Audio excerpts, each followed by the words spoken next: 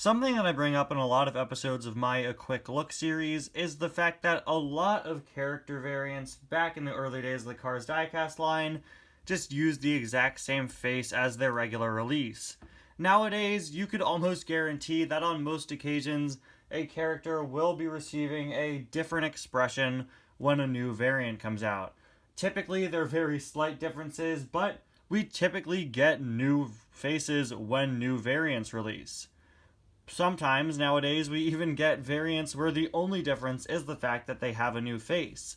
But back in the earlier days of the Cars Diecast line, every single version of every single character tended to have one stock default face for that character that was then used on all their variants, to varying degrees of success. Take, for example, Impound Boost here.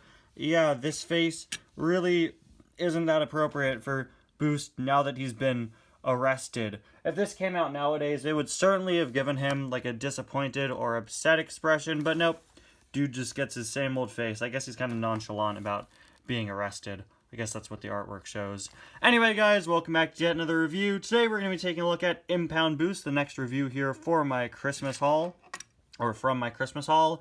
He was released in the Race-O-Rama line as number 75, and he was a chase release all the way back in 2009 alongside the rest of the Impound tuners and Impound McQueen. I got Impound McQueen all the way back in 2009 for Christmas. I got Impound DJ just a year or two ago. I think Christmas of 2020 I got him. And now I finally have another Impound tuner. Hopefully I could complete the set of these someday. While I have quite a few variants of DJ and Snot Rod, I actually don't have any variants of Boost or Wingo other than their normal variants. So now I have Impound Boost, which is pretty cool. Very excited to open this guy up, but before I do, this is just your reminder that my poll for you guys to vote for who the best car of 2022 is still open. I've been running a poll, a Google form, for the past few days, asking you guys who you think the best release of 2022 is, what the best new diecast from last year was, and I plan to accumulate all the answers into a big top 10 list going over what you guys voted. So if you haven't voted yet, please make sure to do so. A link to the Google form will be in the description of this video, probably in a pinned comment. You could find it on my community tab. So if you want to vote, please make sure you do. I would like to take as many responses as possible.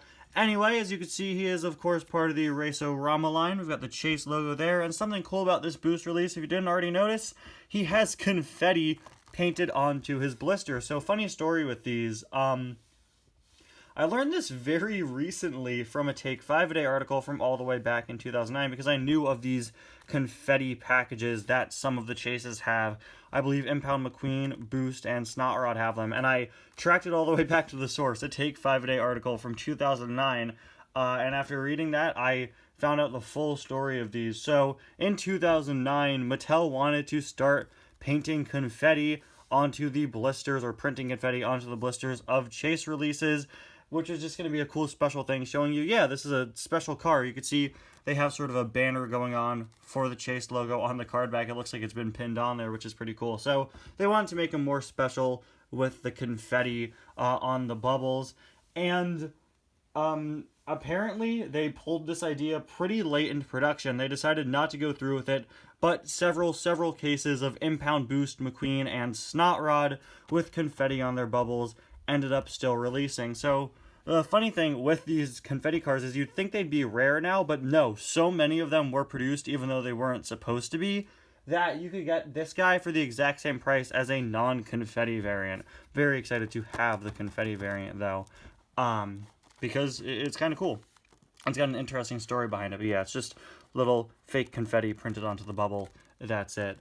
Very nice exclusive artwork for Boost. It was nice that at the very least they gave him new artwork when his diecast didn't get a new face. On the back, this 2009 probably has like the worst back of the package.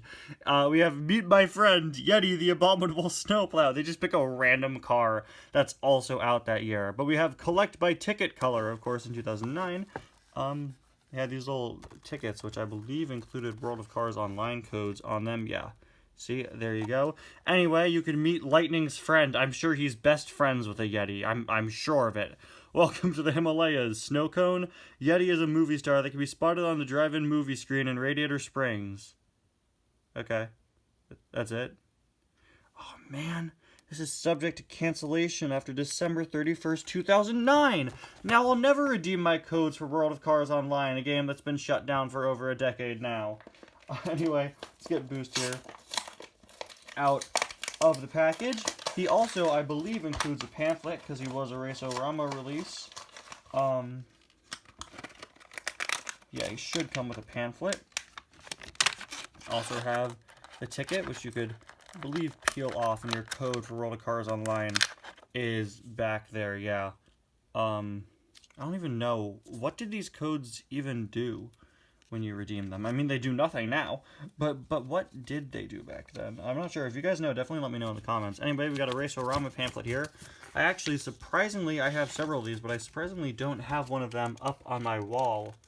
I just have the lenticular Piston Cup Nights packaging pamphlets. Anyway, you can see collect by ticket color, and all these cars, which are the same as on every single one of these pamphlets. Did they ever change out these pamphlets? I don't think so. Every pamphlet I've ever gotten from a Race-O-Rama release has the exact same cars on it, and Boost is number 75, so he's later on in the line, and they still use this same pamphlet. I mean, you can see there's quite a bit of variety in the numbers of cars here. But the funny thing is, I don't believe any of these were even new releases in 2009. Yeah, none of the cars here were new releases. Leroy came out in 2008.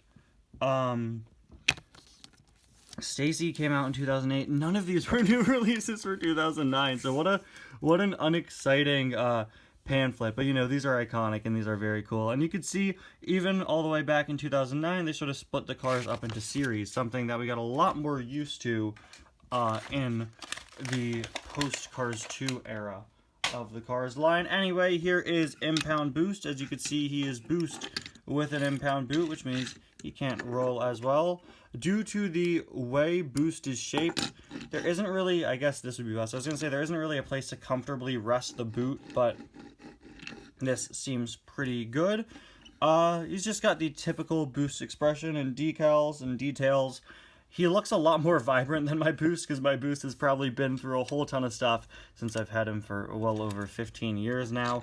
On the side, you can see it says Boost, and also he has these very cool silver rims. Mine doesn't have silver rims. The original release of Boost had red rims, which were quickly changed. You can see a lot of the paint on mine is missing, but yeah, these really stood out to me. They are very bright. Of course, the parking boot is the same as all the other parking boots. It's just tailor-made to fit Boost specifically.